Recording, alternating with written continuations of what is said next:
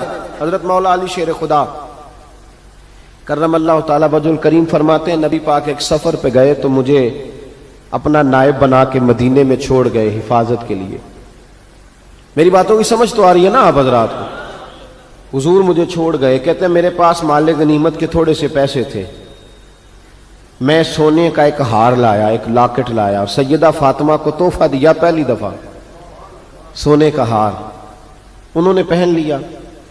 نبی پاک علیہ السلام کا طریقہ مبارکہ یہ تھا کہ حضور جب سفر پہ جاتے تھے تو سب سے آخر میں سیدہ فاطمہ کے گھر جاتے اور جب واپس آتے تو سب سے پہلے آتے، سب سے پہلے. حضرت علی کہتے ہیں قاصد آیا، اس نے آ کے بتایا کہ کل نبی پاک واپس آ جائیں گے. سیدہ فاطمہ بڑے دنوں سے انتظار کر رہی تھی کہ حضور آئے نہیں، اتنے دن ہو گئے. جب جا کے بتایا نا کہ کل حضور آئیں گے تو کہتے سیدہ نے صبح سے صفائیاں شروع کر دی. کھانا پکایا اپنے محبوب کے لیے، حضور کے لیے بہترین کھانا بنایا اور بہت ساری تیاری کی. کہتے ہیں حضور آئے، حسب روایت حسب عادت، وہی مبارک عادت جو محبوب کی ہمیشہ سے تھی. نبی پاک آئے، پہلا قدم سیدہ فاطمہ کے گھر میں رکھا، السلام علیکم کہا اور سیدہ نے وعلیکم کہا تو حضور نے ان کا چہرہ دیکھا تو واپس چلے گئے. حضرت فاطمہ رونے لگ گئی. مولا علی شیر خدا کہتے ہیں میں گھر آیا تو بی بی صاحبہ زاروں قطار رو رہی. فاطمہ کیا ہوا؟ کالی پتہ نہیں، حضور سلام لیا واپس چلے گئے، ایسا کبھی ہوا ہی نہیں، پتہ تو کریں. شیر خدا کہتے ہیں میں مسجد میں گیا تو نبی پاک بھی ایک کونے میں بیٹھ کے رو رہے تھے. میں نے کہا یا رسول اللہ آپ یہاں رو رہے ہیں، فاطمہ وہاں رو رہی ہے، بات کیا ہے؟ تو نبی کریم علیہ السلام نے فرمایا وہ میری بیٹی ہو کے سونا پہنتی ہے، اگر فاطمہ بھی سونے سے پیار کرے گی تو امت کی غریب بیٹیاں کدھر جائیں گی؟ وہ بھی سونا پہننے لگ گئی ہے، وہ بھی اگر یہ کام کرے گی تو غریبوں کی بچیاں کس کے طریقے پہ چلیں گی؟ وہ بھی سونا پہنتی ہے. حضرت علی کہتے ہیں میں نے کہا یا رسول اللہ انہوں نے نہیں پہنا، وہ تو میں نے لا کے دیا ہے، انہوں نے خواہش نہیں کی. تو محبوب نے فرمایا اسے جا کے بتاؤ. حضرت فاطمہ الزہرا رضی اللہ تعالی عنہا کو جا کر کے بتایا گیا کہ محبوب پاک تو اس بات سے آپ سے ناراض ہے. حضرت فاطمہ نے اسی وقت سونا اتارا، کہا علی جو مدینے میں سب سے غریب گھر ہے اسے دے آ جا کے. بھائی نبی پاک نے انہیں سادگی میں رہنا، پاکیزگی میں رہنا سکھایا، انہیں حسن سکھایا، انہیں عبادت سکھائی. نبی پاک علیہ السلام، یہ تو ساری دنیا بیان کرتی ہے کہ امام حسین نبی پاک کے کندھے پہ بیٹھ جاتے تھے سجدے کے عالم میں تو 72 تسبیحیں حضور پڑھتے تھے. پتہ ہے حضور سکھاتے کیا تھے؟ نبی پاک امام حسین کو سجدہ کرنا سکھا رہے تھے. حضور سجدہ کرنا سکھا رہے تھے، سجدہ کرنا. پورے کربلا کے واقعے میں کسی جگہ بھی امام حسن اور امام حسین نے کسی ایک مقام پہ بھی یزیدیوں سے کوئی مطالبہ نہیں کیا، کوئی بات نہیں منوائی، کہا جو تمہاری مرضی. ایک بات صرف کی، ایک گزارش، توجہ ہے میری بات پر؟ ایک بات صرف کی، ایک مطالبہ رکھا. جب 9 محرم کو عمر بن سعد نے، شمر نے، ان سب نے کہا نا کہ حسین یا اب بات ختم ہو گئی، یا بیعت کرو یا جنگ کرو، تو امام حسین نے فرمایا مجھے ایک رات کی مہلت دو. علی کے بیٹے مہلت مانگ سکتے ہیں؟ بولے نا یار، مہلت مانگتے تھے وہ، کیا ضرورت تھی؟ امام حسین نے فرمایا مجھے مہلت دے، ایک رات رہ گئی ہے، میں راج کے سجدے کرنا چاہتا ہوں. سجدوں کے لیے مہلت مانگی، سجدوں کے لیے. توجہ ہے میری بات پر؟ محفلیں لمبی، نمازیں چھوٹی. 24 گھنٹے آپ کسی کو بٹھا لیں باہر، وہ بیٹھا رہے گا، گپے لگائیں. نماز کا ٹائم ہوگا تو پتہ نہیں کیا ہو جاتا ہے، لوگوں دوڑ گئے، اوہو نماز پڑھنی پڑ جائے گی. ایسے لگتا ہے جیسے کوئی بہت مشکل مرحلہ آن پڑا. بھائی کربلا والوں کا تو پیغام ہی نماز ہے، ان کا تو طریقہ ہی نماز ہے. امام حسین نے کہا ایک رات کی مہلت، فقط اس لیے کہ میں کھل کے نمازیں پڑھ لوں. ساری رات بڑی باتیں تھی نا، بڑی باتیں. سیدہ زینب سے دکھ سکھ کر سکتے تھے ساری رات، امام زین العابدین کو بڑی باتیں بتا سکتے تھے، بڑا کچھ ہو سکتا تھا. لیکن امام زین العابدین کہتے ہیں ساری رات حسین ابن علی نے سر سجدے سے نہیں اٹھایا. چل تو اس طرح کر، امام حسین تو ساری زندگی ساری رات پڑھتے رہے نا، تو چل ایک رات کی عبادت کر ان کے نام پر، ایک رات ساری جاگ. نہیں نا تسی ہاں کی تھی، ایک رات کہی ہے میں نے. بڑا مشکل ہے ہمارے لیے. آپ یقین کریں مسلح, اور پھر کسی نے ہمیں کان میں بتا دیا کہ تسی نسبت آ لے ہو, تسی بخشے ہو. اے کوئی پکی گل دس گیا ساری, اس میں کوئی شک نہیں کہ نسبت سے بخشے جائیں گے. لیکن امام حسین ڈائریکٹ نواسے ہیں نبی پاک کے. اگر وہ نسبت کے باوجود بھی ساری رات نماز پڑھتے ہیں, تو کس قسم کا نسبت والا ہے کہ 10 محرم کو بھی تیری ساری قضا ہو جاتی ہے, ساری قضا چھٹی, ہم نسبت والے ہیں. بس نسبت کا یہ معیار ہوتا ہے. نسبت کا معیار یہ ہوتا ہے کہ جو محبوب نے کیا وہ ہم نے کر کے چھوڑنا ہے, وہ کام کرنا ہے. اور پھر اہل بیت نبوت کا اسوہ حسنہ پردہ ہے. پردہ بڑی گمراہی آ گئی ہے امت میں. اب جو بچی ایم بی اے کر لیتی ہے, وہ سب سے پہلے یہ مطالبہ کرتی ہے کہ ہمارے حقوق برابر کے. اسلام نے عورت کو برابر کے حقوق نہیں دیے, عزت والے حقوق دیے. کون سے حقوق دیے بولیے؟ میں ایک یونیورسٹی میں تھا تو ایک بچی نے پیغام دیا, کہنے لگی جی, بچیاں بھی تھی پردے میں بیٹھی ہوئی, لیکچر یونیورسٹی میں ہو رہا تھا, تو اس نے کہا جی عورت کا تو گھر ہی کوئی نہیں ہوتا, عورت کا تو گھر ہی کوئی نہیں, تو ہم کدھر جائیں؟ میں نے کہا چلیں ادیبانہ انداز میں یہ بات درست ہے, لیکن حکیمانہ انداز میں درست نہیں. عورت کی تو اللہ تعالیٰ نے ذمہ داری بڑی شاندار رکھی ہے. جب تک باپ جوان ہوتا ہے نا, توجہ ہے میری بات پر, جب تک باپ جوان ہوتا ہے تو بیٹی اس کے گھر رہتی ہے, اور جب بچی جوان ہوتی ہے, ابا تھوڑا بوڑھے ہونے لگتا ہے نا, تو اللہ تعالیٰ خاوند کی ڈیوٹی لگا دیتا ہے عورت پر. اور جب خاوند تھوڑا بوڑھا ہونے لگ جاتا ہے تو بچے جوان ہو جاتے ہیں. تو میں نے کہا بی بی تو سمجھی نہیں, تو کہتی ہے میرا گھر کوئی نہیں.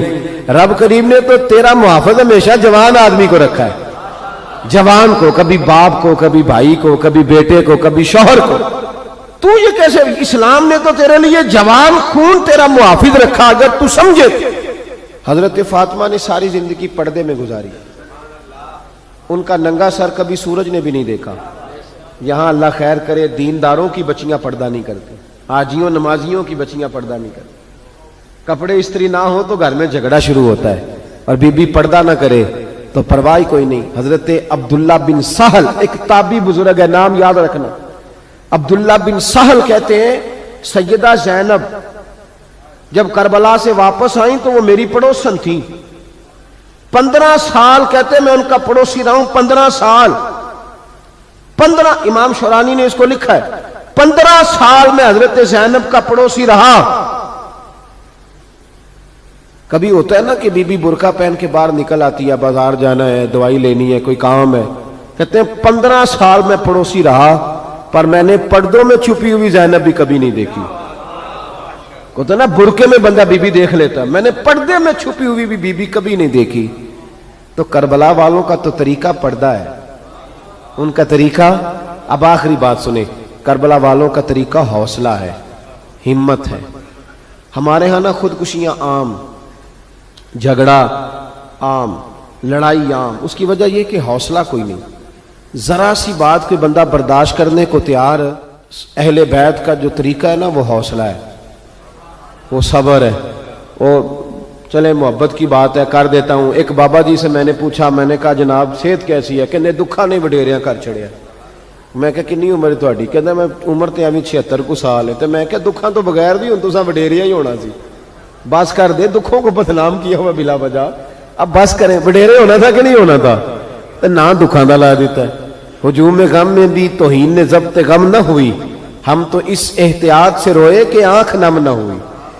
اللہ والے تو مطلب شکوہ کرنا ہر وقت شکوہ, حوصلہ ہی کوئی نہیں, سکون ہی کوئی نہیں, پریشانی بڑی ہے جی, آزمائش بڑی ہے. کبھی آپ نے کہیں سنا ہے کہ واقعہ کربلا کے بعد حضرت زینب معاذ اللہ نفسیاتی مریض ہو گئی تھی؟ امام زین العابدین, سیدہ سکینہ, حضرت صغرا, وہ حوصلے میں رہے, متوانا رہے. امام زین العابدین نے اس کے بعد بھی کئی دفعہ پیروں میں بیڑیاں پہنی, کئی دفعہ. سادات کا خاندان چلا. یہ جو داتا علی اجویری نے آ کے آپ کو کلمہ پڑھایا یہ بھی سید زادے ہیں. سیدوں کا قافلہ رکا نہیں, یہ خواجہ اجمیری بھی سید زادے, غوث پاک جیلانی بھی سید زادے. یہ سادات کا سلسلہ چلتا رہا. بار بار آ کے امت کی قیادت کی ان لوگوں نے. جب دیکھیں نا یہاں کسی بندے کا کٹا ہوا ہاتھ پھینکا جائے نا, بلکہ انگلی پھینک دی جائے, تو لوگ ڈر کے بھاگ جائیں گے، کسی کا، اپنے کسی کا نہیں، کسی کا، کیونکہ انسان کا وجود کٹ جائے تو دہشت پیدا ہوتی، آپ ڈر کے بھاگ جائیں گے۔ امام حسین کا کٹا ہوا سر، توجہ ہے میری بات پر؟ ذرا غور کرنا، بندے کا سر کٹ جائے، ہم سنتے ہیں بات پر غور نہیں کرتے۔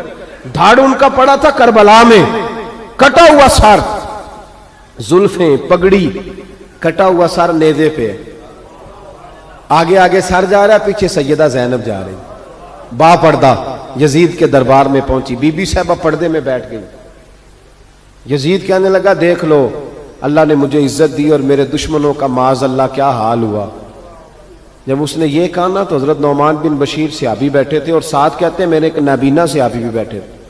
حضرت نعمان بن بشیر کہتے ہیں کہ جب اس نے یہ کہا نا کہ اللہ نے مجھے عزت دی اور نقل کفر کفر نہ باشد، میرے دشمنوں کا یہ حال ہوا، تو کہتے ہیں سیدہ زینب وہاں سے اٹھ کے کھڑی ہو گئی، با پردہ سیدہ زینب کھڑی ہوئی، اور فرماتے ہیں اس طرح نہیں کھڑی ہوئی کہ بیویاں روتی ہیں تو کہتی ہیں ہائے یہ ہو، اس طرح نہیں، حوصلہ، ہمت، اور جس طرح کوئی سیاںا خطیب خطبہ پڑھتا ہے اس طرح سیدہ نے خطبہ پڑھا، پہلے اللہ کی حمد کی، پھر نبی پاک پہ درود پڑھا، اور پھر قرآن پاک کی آیت پڑھی وَتُعِزُّ مَن تَشَاءُ وَتُذِلُّ مَن تَشَاءُ، یہ آیت پڑھی۔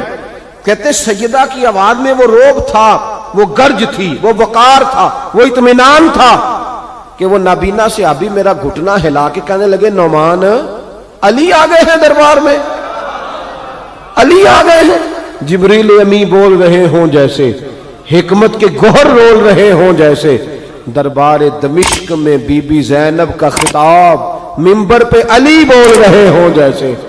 کہ یہ تو حضرت علی کی آواز، علی آ گئے کیا، علی آ گئے۔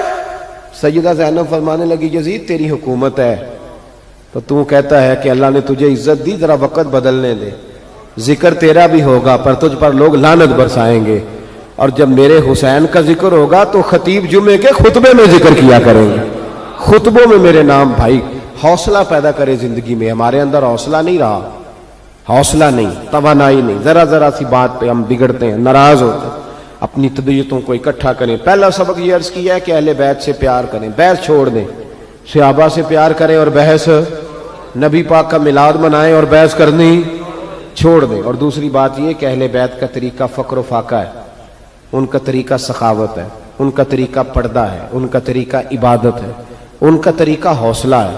حوصلہ مند زندگی گزاریں، توانائی والی زندگی گزاریں۔